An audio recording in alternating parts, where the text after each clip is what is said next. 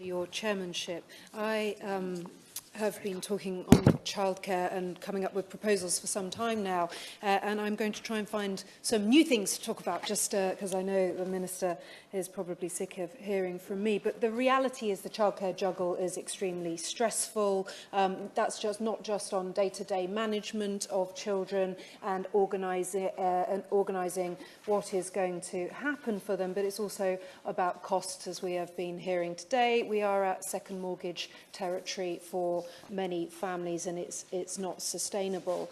I have not just been gabbing on about this. I've put some effort into trying to provide some evidence for the government to look at. So working with the fantastic super brains at Onward, we've come up with some recommendations in a report, and broadly the top 5 recommendations are supporting parents through a new system of childcare credits, providing more flexibility and more choice. Number 2, front-loading child benefit payments, really considering those early years and thinking about especially what the Princess of Wales is so fantastically doing and bringing focus to, reforming parental leave, expanding family hubs and introducing some provider-side reforms, including boosting childminder agencies. It's very difficult to try and work through all the complex reasons why we've got into a situation where we are experiencing some of the highest childcare costs in the world, if not the highest, behind Japan only. There's a number of reasons that we have been looking into. First, the level of public subsidy is fairly low. As a share of GDP, the UK spends 0.56% compared to 0.7% across the OECD. Secondly, we've got an extremely complex system comprising of 8 separate schemes. It's confusing for parents and costly to administer and leads to irregular outcomes. Third, the principal offer of 15 to 30 free hours is underfunded, as we've heard, which means that providers either are cross-subsidised by charging higher fees for parents for extra hours, or simply close the doors altogether. And it's with this in mind, I mean, it is a credit to the government for coming up with a scheme of free hours, and they must have credit for that, that people want to extend that into other areas. And we can all agree that the childcare support should kick in earlier. It's absolutely barking mad that parents have to wait until a child is 3, that the support should be there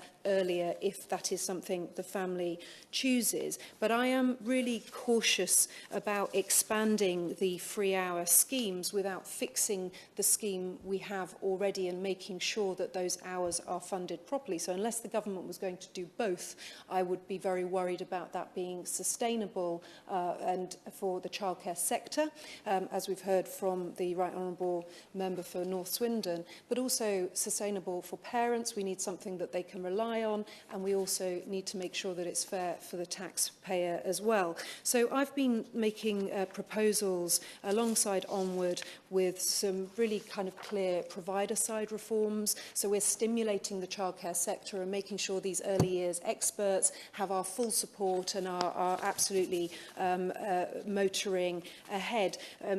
And I've been doing that and making those bringing that focus, because if the Chancellor of the Exchequer is looking across a situation where the UK finances aren't exactly as we would want them to be, which we're expecting with the spring budget, that I want to make sure that he doesn't feel this is childcare is something that can be put in the too expensive to tackle a toolbox, and that there are options for him going forward. I'm also really keen, as the Minister knows, to think about lots of different options for parents. I think it's fair that there is a lot of flexibility in the market.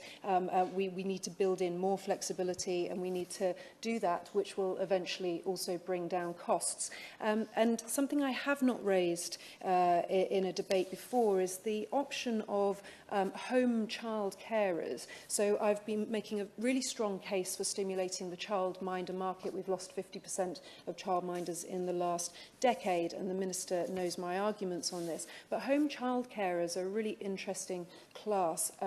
Basically, with childminders, you take your children to their house. With home childcarers, they can come in to your home. And that's they can work on a part-time basis. They can do the wraparound care. And for people like nurses that work in shifts, it becomes a really good option. But what I found speaking to, and I want to give thanks to Rachel from Curo Kids, who is just the most fantastic entrepreneur and a really great brain on it. She's recognised that there are Ofsted regulations and barriers in place at the moment to more home child carers coming to the market. But when she goes out to market and says, would you like to be one of these, she gets absolutely flooded with applicants. So I believe there are changes that we can make to the regulations, working with Ofsted, that don't undermine safety and security of children, but bring in more home child carers into the market. So alongside all of the other proposals I've made, I do want the Minister to look quite closely at this, and I'm very happy to provide her with a note on it.